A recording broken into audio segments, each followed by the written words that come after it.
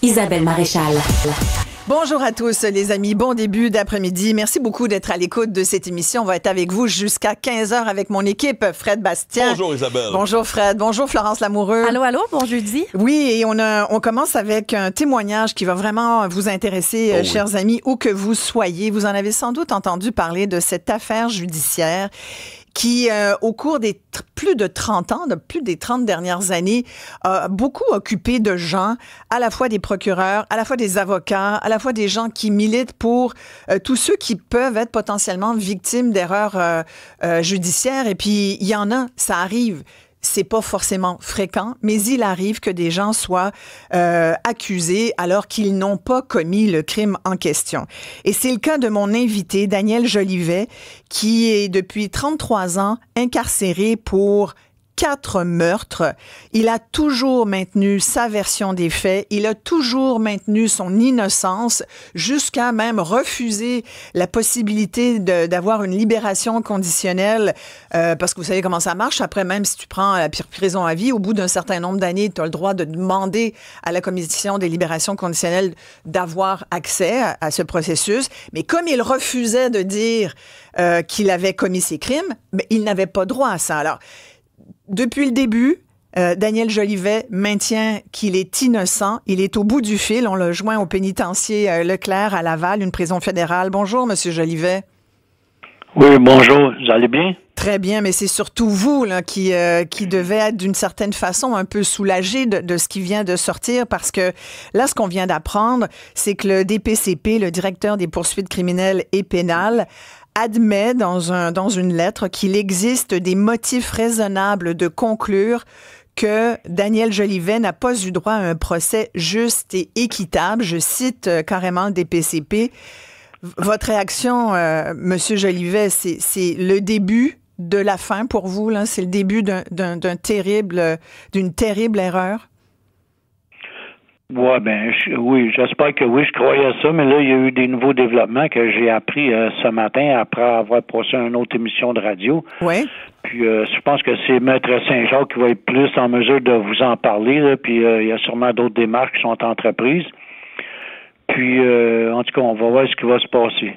J'espère que des changements qui vont arriver, mais le DPCP aussi, ils disent que nous croyons que l'allégation d'erreur judiciaire de M. Jolivet n'est pas dénuée de fondement. Ça veut dire que les autres, ils ont vraiment bien analysé ça. Ouais. En tout cas, peut-être un peu plus que le groupe des révisions des condamnations criminelles à Ottawa, vous savez. Oui, qui ont refusé d'ailleurs votre appel là-dessus, là. 4 fois, ils ont refusé. On a déjà même été obligé d'aller en cour fédérale avec ça, avec Maître Lida Sarah-Nouret. Vous vous souvenez? Vous avez entendu parler d'elle, certainement. On a entendu parler elle était de votre... mon avocate pendant quasiment 2 décennies avant d'être nommé juge à la cour au mois de novembre 2024, ou 2023, excusez, oui, c'est ça. Vous avez... Là, présentement, j'ai Maître Nicolas Saint-Jacques qui a pris la relève, sauf que ça faisait longtemps qu'il était dans le dossier, lui, avec. Mais ce qui a fait tout changer ça, c'est qu'à un moment donné, on écrit un livre, ça s'appelle « Le 12e juré ». Oui. À un moment donné, il y a un monsieur, c'est un spécialiste des belugas, son nom, c'est Monsieur Pierre Bellin. Oui. Lui, il a vu un article où il a vu sur l'Internet, là, moi, ça n'existait pas dans mon temps, je connais rien là-dedans. Puis il a vu ça, lui, un reportage d'Isabelle Richer. Puis là, il a communiqué avec elle, puis il a communiqué avec Maître Lida Sarah-Nouret. Puis elle nous a mis en contact, puis lui il a dit je vais faire connaître ton histoire. Moi, c'est ça. Je suis un spécialiste des belugas, je suis un scientifique reconnu, puis tout, puis je vais t'aider. Fait que moi, j'ai pas vu d'objection à ça. On a écrit un livre ensemble, ça a pris 5 ans à l'écrire. Puis moi, le livre s'appelle Le 12e jury, parce que j'ai juste eu 11 jurés au procès, moi.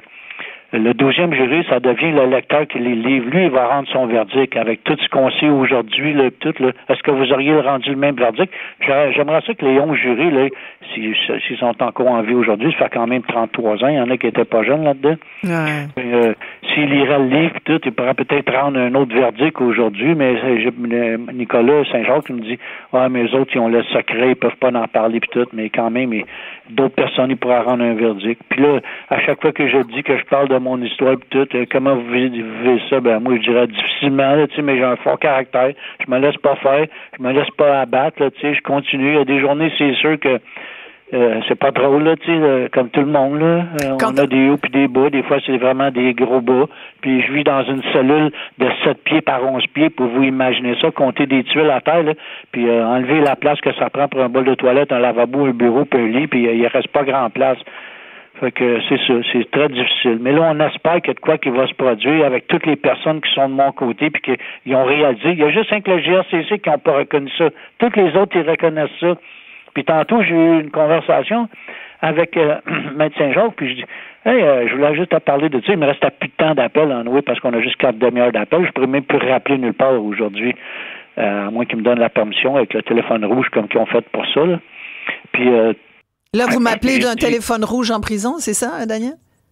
Oui, c'est en plein ça. C'est un téléphone spécial parce qu'on a juste 4 demi-heures d'appel par jour. Si on utilise ces 4 demi-heures-là, après ça, on ne peut pas appeler jusqu'au lendemain. Fait qu'imaginez-vous quand tu es en démarche judiciaire, puis ci, puis ça, puis que tu as besoin des fois de 2-3 heures d'appel, puis là, tu vas appeler ta famille aussi pour les tenir au courant, puis tout, puis tu n'as pas le temps. Mais ça, c'est secondaire, ça. C'est le dernier de mes soucis.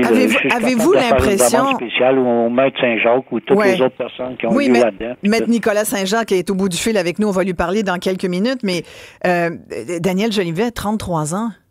Pas 3 ans, là. 33 ans, là, c'est votre vie. C'est plus que 12 jours à cet effet-là, justement. Je ris tout, mais c'est pas drôle, genre broyiste. Est-ce que... Mais je comprends, mon Dieu. Excuse-moi, ça me fait ça, des fois, ça monte, là, puis tout, là, puis après ça, ça redescend. En tout cas, mais un jour, là, lundi passé, le 22, OK, il y a un gars qui... Je suis dans une rangée avec des Inuits, je dis juste ça comme ça, là. Fait que là, le gars, il me dit, today is 1 year in jail. Moi, j'y réponds, it's my 12,000 days. Il me dit, what the fuck? Excusez du terme, là, en tout cas, j'ai dit oui, 12 000 jours, puis là, j'ai dit, j'ai réalisé ça comme ça, je me suis en allé à ma cellule, puis là, j'ai compté ça juste pour le fun, puis ça arrivait exactement à 12 000 jours, même en comptant les journées bissextiles, puis en comptant les journées qui restaient pour arriver au 14 novembre 2025. Ça faisait 12 000 jours. Et pensez-vous, 12 000 jours incarcérés injustement? J'ai perdu mon... Je vous écoute, Daniel. On perd du monde pendant toutes ces années. Il y a la vie qui se passe, là. Ah, c'est terrible. C'est vraiment on peut quelque même chose, pas imaginer, là, 33 ans. Daniel Jolivet, vous êtes rentré à la prison, je pense que vous aviez 35 ans, dans la fleur de l'âge. Quand j'ai ma petite sœur dernièrement, Diane, qui est décédée d'un cancer aussi, puis tout, je suis le seul qui reste de ma famille. Ils sont pas eux autres, tous les développements, tu comprends? Oui. Ouais. Puis le combat continue, c'est incroyable. En tout cas, c'est ça que ça paraît. Je pense que j'ai toutes ces personnes-là qui m'aident, là, puis toutes, là. Même le sénateur Dalphon, le sénateur Pierre-J. Dalphon, il s'est impliqué, lui aussi. On va lui parler aussi après. Les journalistes comme vous. Ben, c'est parce je suis content de vous parler. Je vous vois souvent à la télévision, puis tout, quand vous êtes au débatteur. Vous n'avez pas la langue dans votre poche, vous savez, vous exprimez bien, j'aime ça, la façon que vous parlez, puis tout. Il n'y a pas de niaisage. Comme dans l'annonce au début, quand ils vous introduisent, je dis... Merci, vous êtes très gentil, Daniel, mais c'est sûr... Mais ils vous introduisent bien, façon de parler. Excusez-moi de dire ça, mais c'est ça. Je suis très contente de vous parler de... Si vous avez une autre question, je vais vous répondre. Moi, je réponds à toutes les questions que m'ont posées. Puis je ne veux pas prendre... non plus. Je veux pas prendre... Oui, allez-y. Moi, j'ai passé l'examen polygraphique avec un expert polygraphiste, M. Alain Lépine, qui a travaillé pour la police de Montréal là, au crime majeur pendant bien des années. Puis il m'a dit, si tu me mens, je vais le savoir. Puis j'ai dit, je te mentirai pas. Pose-moi toutes tes questions quand te poser. Puis il m'a posé toutes ces questions. Mais Daniel, comment ça se fait? Parce que rappelons les... Mais non, mais pleurez tant que vous voulez, Daniel. Vous êtes à la bonne place pour ça. Là. On est dans l'écoute. Mais juste pour rappeler aux gens qui se demandent, voyons, qu'est-ce qu'il avait fait Daniel Jolivet ou qu'est-ce qu'on lui a mis sur le dos? En 10 novembre 92, vous êtes j'étais criminel. Moi, je faisais des vols puis tout, mais j'ai jamais agressé personne. Là. Mon dossier criminel, il est au primitif criminel du palais de justice. N'importe qui a le droit d'accès à ça.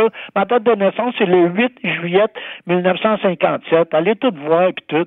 j'ai jamais été violent contre personne, puis tout. Moi, j'étais voleur, oui, j'étais receveur, oui, un petit fraudeur, puis tout. J'avais fait des vols qualifiés, à un moment donné, la première fois, tout. J'avais 19-20 ans, puis j'avais été au pénitencier une première fois, puis tout, puis j'avais pas aimé ça, puis j'aime toujours pas ça de toutes ces 33 dernières années-là. Voyez-vous, ça me fait devenir colérique, ça, puis tout. Puis des fois, je le dis à certaines personnes, puis tout, ou des fois, quand que... Excuse-moi encore, je ne sais pas. Est-ce que c'est quand le cœur monte dans la gorge, puis ça te fait ça, tu sais, ça te pogne, c'est comme la chair de poule, c'est comme quand tu respires ou c'est comme quand tu tousses, tu peux pas contrôler ça, tu me suis? Ben oui. Daniel, quand on est en prison aussi longtemps, puis vous l'avez dit là, à vos collègues du pénitencier que vous étiez innocent, le traitement à l'intérieur commençait parce que 4 meurtres, là, c'est pas rien. Là. Comment avez-vous vécu ces 33 ans-là avec les autres gars à l'intérieur de la prison?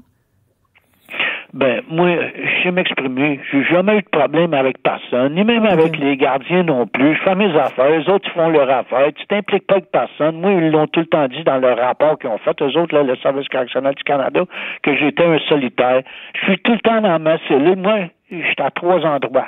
À l'infirmerie pour aller chercher ma médication. Je suis rendu qu'il faut que je prenne 40 pilules à cette heure. C'est rendu grave.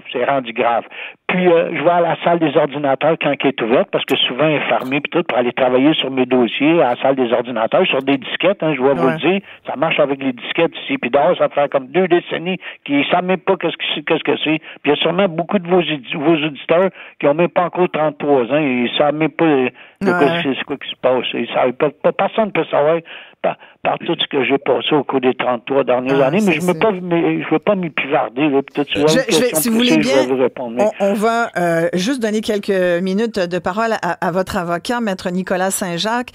Merci d'être là, Maître Saint-Jacques. C'est incroyable ce que nous raconte Daniel Jolivet, là, son histoire, 33 ans derrière les barreaux.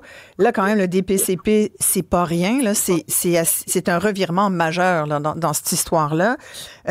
Là, Daniel, au début de l'entrevue, disait il y a des faits nouveaux, il y a des choses nouvelles que vous auriez apprises ce matin, Maître Saint-Jacques? En fait, ce qu'on a appris, entre guillemets, c'est que c'est un peu la réaction du ministre fédéral. Oui. Comme Daniel l'a expliqué, là, un petit peu, présentement, on a une réaction du DPCP qui a étudié le dossier la dernière année et qui a regardé tous les éléments de preuve, qui en vient aux conclusions que vous avez mentionnées en début d'émission. Mais le DPCP n'a pas le pouvoir d'ordonner un nouveau procès pour M. Jolivet. Exact. C'est uniquement le ministre de la Justice fédérale. Et là, on a hier, évidemment, mis ça un peu là, dans le public, là, ces conclusions-là du DPCP. Et on espère, nous, que le ministre de la Justice va intervenir rapidement pour M. Jolivet, parce que chaque jour qu'il passe en dedans, c'est un jour où une personne est innocente qui fait du temps là, pour rien, finalement. Et on espérait une réaction de la part du ministre rapide, qui serait positive. Ce qu'on a eu comme communiqué, c'est que le ministre ne désirait pas commenter l'affaire parce que, notamment, là, il y a un recours judiciaire devant la Cour fédérale présentement en lien avec la contestation des décisions antérieures là, qui avaient été rendues à l'endroit de M. Jolivet. Sauf que ce que on doit mentionner, là, c'est que la lettre du DPCP n'est pas en lien avec les recours qui sont devant la Cour fédérale. Donc, c'est pas une raison là, pour ne pas répondre et de ne pas prendre ses responsabilités pour M. Jolivet. C'est une nouvelle information qui permet au ministre, à notre avis, d'agir, malgré le fait qu'il y a des procédures judiciaires qui concernent une autre partie du dossier de M. Jolivet. Donc, on pense qu'avec cette information-là, il devrait agir rapidement, il devrait en prendre connaissance, il devrait prendre ses responsabilités et rapidement intervenir parce que vous savez, là, c'est exceptionnel ce qu'on a reçu comme lettre de la part du DPCP. On a l'entité poursuivante, là, donc qui a poursuivi M. Jolivet à l'époque, qui vient reconnaître qu'il y a des éléments de preuve qui n'avaient pas été divulgués et qui étaient suffisamment importants pour qu'il y ait une possibilité raisonnable que la non-divulgation ait influé sur l'issue ou l'équité du procès. Et ça, là, c'est le critère qu'on doit démontrer pour obtenir un nouveau procès normalement. Donc, imaginez, là, c'est le DPCP qui vient reconnaître ça. Si on était dans un processus normal, là, où le ministre de la Justice fédérale n'avait pas rien à dire, on irait à la Cour d'appel ou à la Cour suprême du Canada et on pourrait, simplement avec la position du ministère public, ça mènerait à un nouveau procès demain matin, là. C'est ça la réalité. Mais comme le ministre de la Justice fédérale est la personne qui a le pouvoir de prendre la décision, eh bien, on doit passer par ce processus-là. Le DPCP ne peut pas le faire lui-même. Non, mais je comprends. Donc, on est dans une position un peu, mais donc, pas un peu plate, là, je vous dirais, entre guillemets, parce que on attend justement qu'on intervienne, que le ministre intervienne et que justice soit rendue. Là. Parce que là, le ministre fédéral de la Justice, Sean Fraser, vous dites, il n'a pas démontré d'ouverture du tout. Là. Lui, il se rabat sur le fait qu'il y a d'autres poursuites. C'est ce que vous dites. Exact. Hein? C'est que dans le fond, en 2023, la dernière décision qui a été rendue par le groupe des révisions des condamnations criminelles, qui est le groupe là, qui est sous l'égide là, du ministre de la Justice fédérale, donc qui s'occupe là, des dossiers d'erreur judiciaire, a rendu une dernière décision à l'endroit de M. Jolivet, puis ont refusé que le dossier passe au stade de l'enquête, donc au premier niveau. Ils ont refusé. Et M. Jolivet a porté cette décision-là devant la Cour fédérale. Là, il y a beaucoup d'eau qui a passé sous les ponts là, depuis ce temps-là. Et là, on est dans une situation où on a reçu récemment, à la fin du mois de juin 2025, la position du DPCP dans le dossier qui, pour nous, vient changer la donne complètement. Et qu'on ait contesté dans le passé ou qu'on ne soit pas d'accord avec les anciennes décisions, c'est une chose. Mais avec cette position-là du DPCP, le ministre peut intervenir directement, peut aller plus rapidement. Et dans un cas aussi exceptionnel qu'on a présentement, là, écoutez, c'est pas tous les jours qu'on voit le ministère public décider plus de 2-3 décennies après les faits qu'il a eu un problème de divulgation de preuves dans le dossier et que normalement, là, on devrait aller techniquement vers un nouveau procès. C'est vraiment particulier ce qui se passe présentement. Et je dois saluer le DPCP là, qui a agi dans l'intérêt de la société en prenant cette décision-là, en décidant d'agir, en décidant de regarder le dossier de M. Jolivet. Vraiment, chapeau, parce que c'est une lourde responsabilité qu'ils ont décidé de prendre, mais ils l'ont fait avec minutie, avec beaucoup de travail. Mais là, on espère que Daniel Jolivet va pas faire les frais d'une chicane Canada-Québec, là. C'est drôle. Là, je suis obligé d'intervenir. C'est drôle que vous disiez ça. Je l'ai marqué, même ici. Je me dis, là, on ne va pas commencer une guerre entre le Québec et Ottawa. Exact. Ça va déjà assez mal comme ça, n'est-ce pas? Exact, c'est ça. Wow. Là. Ça se pourrait, ça, que ça soit... Vous, pareil, hein? J'avais raison de dire ça tout à l'heure. Puis il y a 2-3 petites choses que j'aimerais rajouter aussi. Allez-y, Daniel. C'est qu'à un moment donné, après que M. Pierre Bellin a envoyé la lettre à Maître Patrick Michel, le directeur du DPCV, pour demander de réviser ça. Quand j'ai su ça, moi-même qui m'a dit ça, j'ai dit, moi, ça faisait longtemps aussi que j'avais voulu y écrire, fait que j'y ai écrit, puis j'ai envoyé des CD, ça, puis tout, puis des plans qu'on a déjà vu à la télévision avec Maître Nouret dans d'autres émissions, puis tout, là. Puis, à un moment donné, Pierre Bellin, il a appelé au DPCP, puis il a parlé avec Julie Drolet. Je ne sais pas comment il a réussi à faire ça, mais en tout cas, il a réussi à parler avec l'avocate, puis il a parlé au téléphone, puis il a dit des choses, puis il a dit une chose que M. Bellin m'avait rapportée, puis ça venu me chercher parce qu'il avait dit, mais moi, on a révisé ça, puis on l'a révisé comme il faut, parce que moi, puis elle doit être à l'écoute, certainement, peut-être que oui, j'espère, en tout cas, il y a quelqu'un qui va dire de l'écouter, puis elle a dit, moi, c'est parce que j'ai une conscience, puis elle avait dit ça à M. Bellin, puis M. Bellin m'a dit ça, puis moi, si les paroles s'en vont, les écrits restent, c'est pour ça que j'ai écrit, j'avoue que j'ai écrit plusieurs centaines de lettres depuis longtemps, en tout cas. Vous avez jamais lâché. C'est ça. Le matin, je parle avec Nicolas Saint-Jean, avec mon avocat Nicolas, puis là, Nicolas me dit, je dis, l'affaire que je trouve de drôle dans tout ça, moi, tout ça passe dans le journal, ça passe aux nouvelles, comment ça se fait? Le DPCP, ils n'ont pas réagi à ça. Eux autres, tu sais, on lui dit, on dit ci, ça. Puis là, Nicolas dit, non, ils ont réagi par écrit, puis ils ont dit que ça avait été fait, c'est ça, parce que les autres, ils avaient une conscience, puis tout. Mais là, aujourd'hui, Daniel... Là, ça par écrit, s'ils ont une conscience, là, il y en a qui n'en ont pas, ou quoi? Je sais pas. Oui, il y a ça, parce que si on rappelait les faits, là, on ne l'a pas dit encore jusqu'à maintenant, mais le quadruple meurtre pour lequel vous avez été déclaré coupable en 92, c'était... 94. Bon, c'était des trafiquants de drogue. Ils m'ont pointé du doigt. Ouais. C'est ça qui s'est passé. Et c'était 2 trafiquants de drogue qui ont été tués cette nuit-là, puis il y avait 2 jeunes femmes qui étaient là sur place, et tout ça reposait, toute la preuve, en fait, reposait sur le témoignage d'un ancien policier qui était devenu finalement un bandit, puis même un délateur de la police. Et semble-t-il que... Mon avocat du temps, même à l'enquête préliminaire, moi, j'avais maître Léo-René Maranda, c'était le meilleur dans son temps, puis tout. Il les a tous interrogés, puis il a démontré que c'était des menteurs de la pire espèce, puis il avait même mort, puis il avait même dit au procureur de la Couronne de ce temps-là, Jacques Poitier, qui a tout fait ça, c'était... Mais oui, il ne devait pas y Tout avoir ça, cette affaire-là, Maître mais, Saint-Jacques. si vous voulez, geler la solution pour avoir la vérité, puis il avait dit, il pouvait me faire passer le polygraphe, puis il avait dit, on va y penser, on est en train d'y penser, mais il l'avait jamais fait. À la place, il l'avait fait retirer pour cause d'apparence de conflit d'intérêts. Puis Fait là, que donc, Daniel, en terminant... Maître Ronnie McDonald, lui, il m'a bien défendu. Il a démontré que certains, ils mentaient, puis tout, lors de leur témoignage, lors du contre-interrogatoire, puis des documents qui avaient été cachés, ainsi de suite. Même que le dossier de la couronne, on n'a pas parlé, mais il est disparu du palais de justice de Longueuil.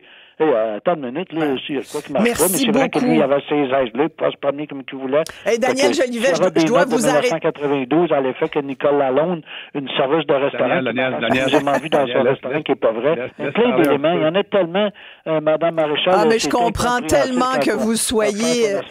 Je vous comprends tellement, Daniel Jolivet, que vous soyez... Ben, on l'entend, il est excité, il veut dire, parce que ça fait 33 ans qu'il est en dedans, puis qu'il n'y a pas de parole.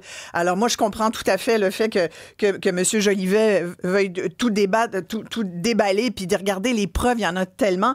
Maître Nicolas Saint-Jacques, là, la prochaine étape pour vous, là, pour Daniel? Vous avez bien défini ça. Oui, M. Saint-Jacques, Maître Saint-Jacques? Parce que ce qu'on là, jusqu'à maintenant, on a une réaction plus générale, mais on va faire certaines approches, puis on va tenter de s'assurer, dans le fond, que cette lettre-là soit bien examinée, bien étudiée. Donc, c'est un peu ça là, vers quoi on s'en va. Donc, mais nous, on a toujours espoir, puis on pense toujours que le ministre ne peut pas, dans les circonstances actuelles, faire autre chose que suivre l'avis des experts qui sont ceux du DPCP, qui sont des avocats, des procureurs du ministère public, qui sont habitués à ce genre de poursuites-là et qui ont étudié la cause de M. Jolivet, qui ne peut pas faire fi de cette opinion-là. Il doit s'y référer, puis il doit agir.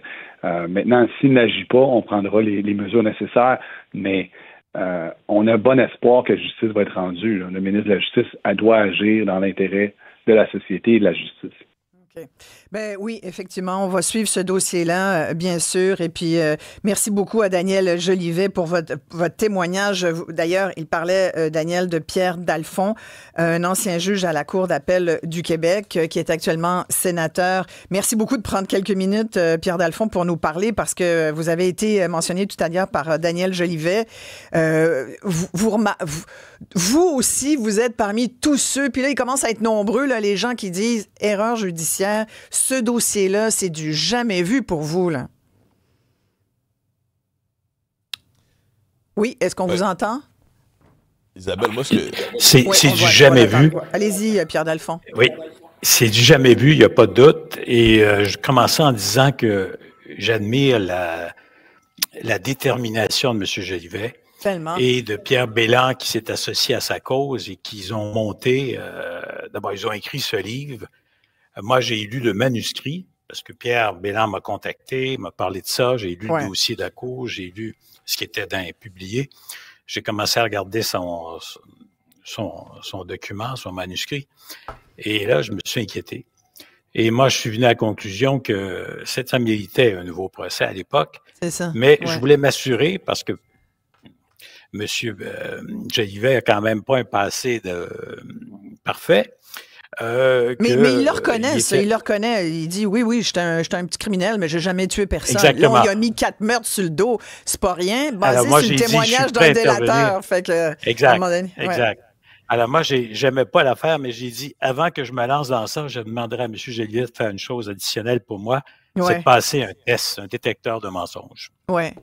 S'il l'a fait au mois d'août 2020, et qui a indiqué qu'on lui a posé des questions, puis que c'est pas lui, puis que sa réponse était honnête lorsqu'il disait qu'il n'avait pas tué les 4 personnes en question. Alors moi, fort de ça, j'ai écrit au ministère de la Justice, j'ai demandé au groupe des révisions criminelles de regarder ça. Malheureusement, je veux pas être trop critique, c'est pas personnel, mais l'institution qui s'appelle le GRCC, le groupe de révision, a une attitude qui est plutôt montrez-nous que le système s'est trompé et puis on n'est pas là pour vous aider, mais on est là pour maintenir nos décisions, même si elles sont erronées, genre. Ben, en tout cas, venez nous prouver que. Puis quand tu es en prison à l'intérieur, ben, c'est difficile de prouver des choses. Puis même quand Maître Saint-Jacques et puis avant Maître Norel l'assistait, une bonne partie du dossier était disparue. Alors, c'était même pas possible pour eux d'aller chercher les documents pour montrer c'est ce qu'il où disait, étaient les Daniel. erreurs. Il était comme, on le comprend, des tentards, puis de vouloir expliquer son affaire. Il y a des pièces qui ont disparu. Le dossier, vous le confirmez, Maître Lafont a disparu. Vous êtes un ancien juge à la Cour d'appel du Québec. Vous dites, on n'a jamais vu ça. C'est quand même assez exceptionnel. Cette reconnaissance aussi de la part d'un organisme comme le DPCP. C'est pas des deux de pique, là, au DPCP quand même. Mais je posais la question, est-ce qu'on risque pas d'avoir une chicane Canada-Québec aussi là-dessus? Non, ça, j'ai pas d'inquiétude vraiment. Vous n'avez pas là-dessus. d'inquiétude là-dessus? Mais ce que j'ai jamais vu, c'est la Couronne, le DPCP, la Couronne, la poursuivante, qui dit on a fait une étude, on a revu le dossier, puis je sais par l'information interne qu'ils ont passé 6 mois là-dessus. Ils sont venus à la conclusion que ça méritait un nouveau procès, puis qu'il y avait eu la non-communication de la preuve avait été vraiment grave.